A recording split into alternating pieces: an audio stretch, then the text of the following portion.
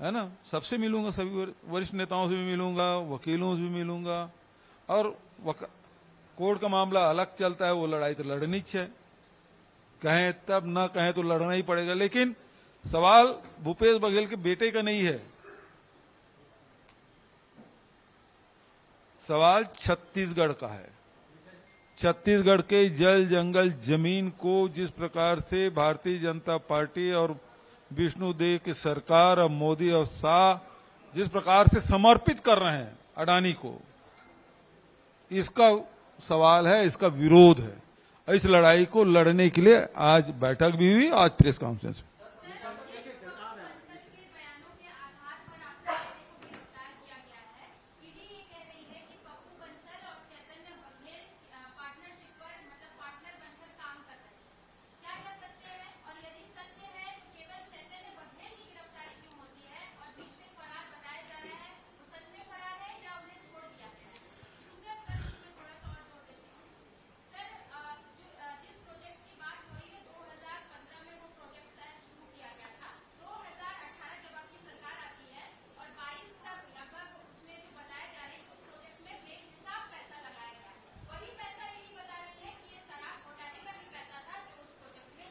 मुझे तो पता चला कि 1300 करोड़ रुपया लगा है, किसी अखबार में छपा, शायद 1300 करोड़ है, कितना है, 1000 करोड़।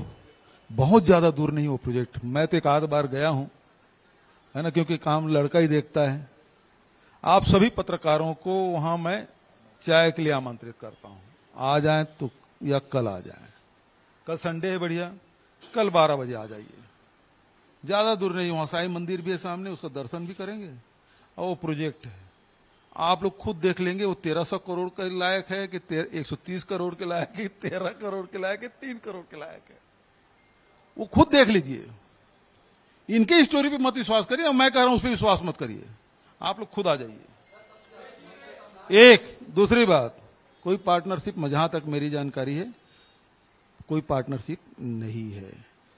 तीसरी बात, आपने कहा ये सवाल आपको ईडी से करना चाहिए कि जब चैतन्य बघेल गिरफ्तार किए तो पप्पू बंसल क्यों बाहर घूम रहा है, ये सवाल उनसे। और एक आरोपी के बयान पर, जब सुप्रीम कोर्ट भी कहता है एक आरोपी के बयान पर किसी भी कार्रवाई नहीं कर सकते क्योंकि वो आरोपी है, तो अब बचने के लिए कुछ भी बोल सकता है।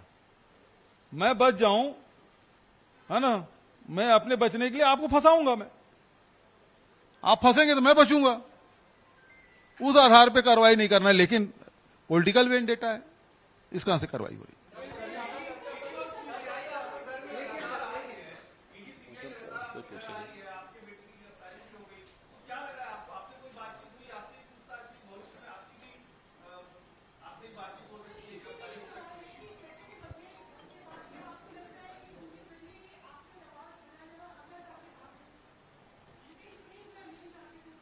बिल्कुल सही बात है।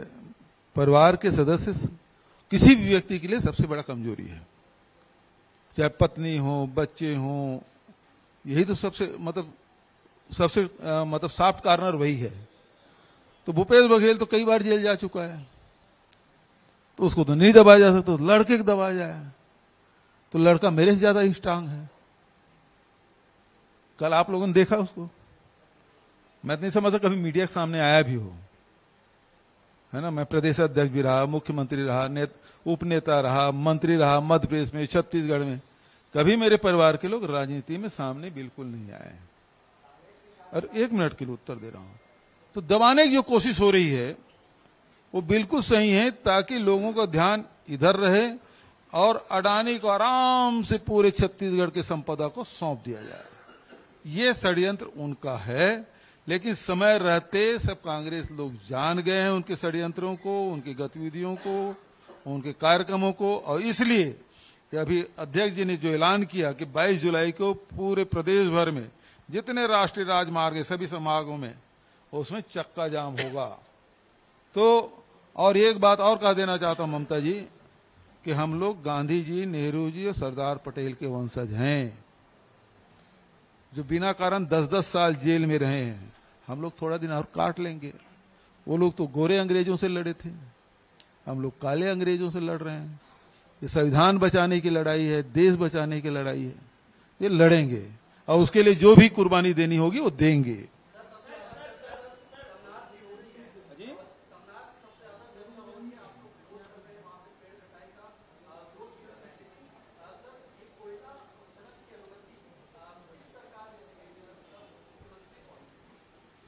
ये भारत सरकार के द्वारा होता है। आप थोड़ा कोल बेरिंग एक्ट पढ़ लें, नीलामी हुई, और आप अब बहुत लंबा जाएंगे तो अध्ययन कर लीजिए, उसके बाद प्रश्न करिए।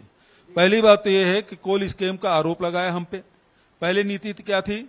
पहले आओ पहले पाओ। अरे भारत सरकार करती थी, राज्य सरकार नहीं करती, नंबर 1।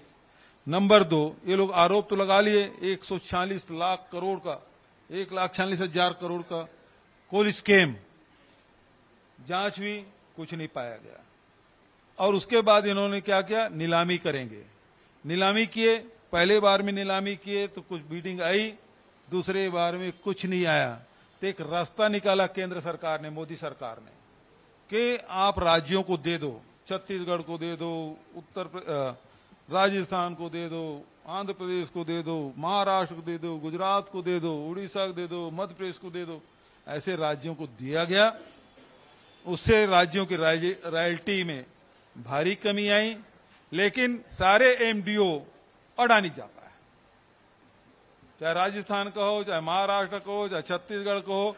और ये एमडीओ, ये भाजपा सरकार राजस्थान में थी, भाजपा सरकार महाराष्ट्र में थी, भाजपा सरकार छत्तीसगढ़ में थी।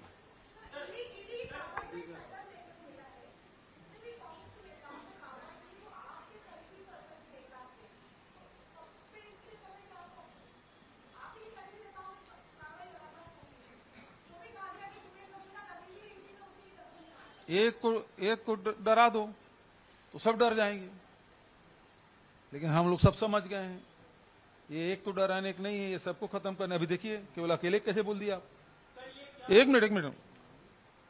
देवेंद्र यादव को पहले, और उसके जितने भी हमारे सतनामी नेता हैं, 186 लोग, उसमें तो कुछ तो लोग सामान्य लोग होंगे, लेकिन बहुत सारे हमारे कार्यकर्ता हैं, उसमें किया। उसके बाद कवासी लाख में हमारे आदिवासी नेता किया गया, अमरजीत पे भी किया, अमरजीत भी पीछे। हाँ, इसके यहाँ भी ईडी सीबीआई सब इसके घर पहुंचा, मैं इसका नाम भूल रहा हूं, है ना, याद भी दिलाना ठीक नहीं है, नहीं तो फिर इसके यहाँ पहुंच जाएगा। उसके बाद मैं तो शुरू से टारगेट में रहा हूं, आंख की किरकिरी, है ना। तो केवल एक भूपेश बघेल नहीं है, यहाँ सब लोग हैं, लेकिन चर्चा आप लोग उसी करते हैं, इस तरह से सब लगता है कि दूसरों पे नहीं हो रहा, केवल भूपेश बघेल पे हो रहा है।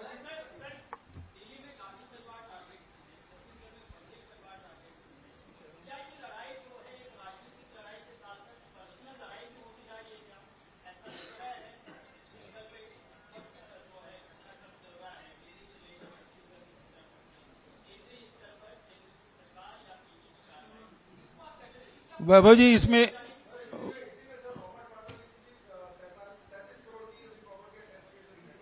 जी देखिए, ये केवल गांधी परिवार या भूपेश बघेल के परिवार की बात नहीं है। आप राज्यों के केस निकालेंगे तो हेमंत विश्व शर्मा भी पर हुआ, अजीत पवार पर भी हुआ, और बहुत सारे नेता हैं, शुभेंदु अधिकारी से लेके बहुत लोगों का नाम, लंबा चौड़ा लिस्ट है, सब पे कार्रवाई हुई। यही लोग भ्रष्टाचार का आरोप लगाए, लेकिन जहां सरेंडर हुए नरेंद्र के पास, तो मामला सब साफ, बिल्कुल वॉशिंग मशीन में धुल के निकल गए। लेकिन गांधी परिवार तो गांधी परिवार है, उन्होंने देश के लिए कुर्बानी दी है, देश से कुछ लिया नहीं है। वो कहां डरने वाले, झुकने वाले? न सोनिया गांधी डरने वाली, न राहुल जी डरने वाले, न प्रियंका जी डरने वाली।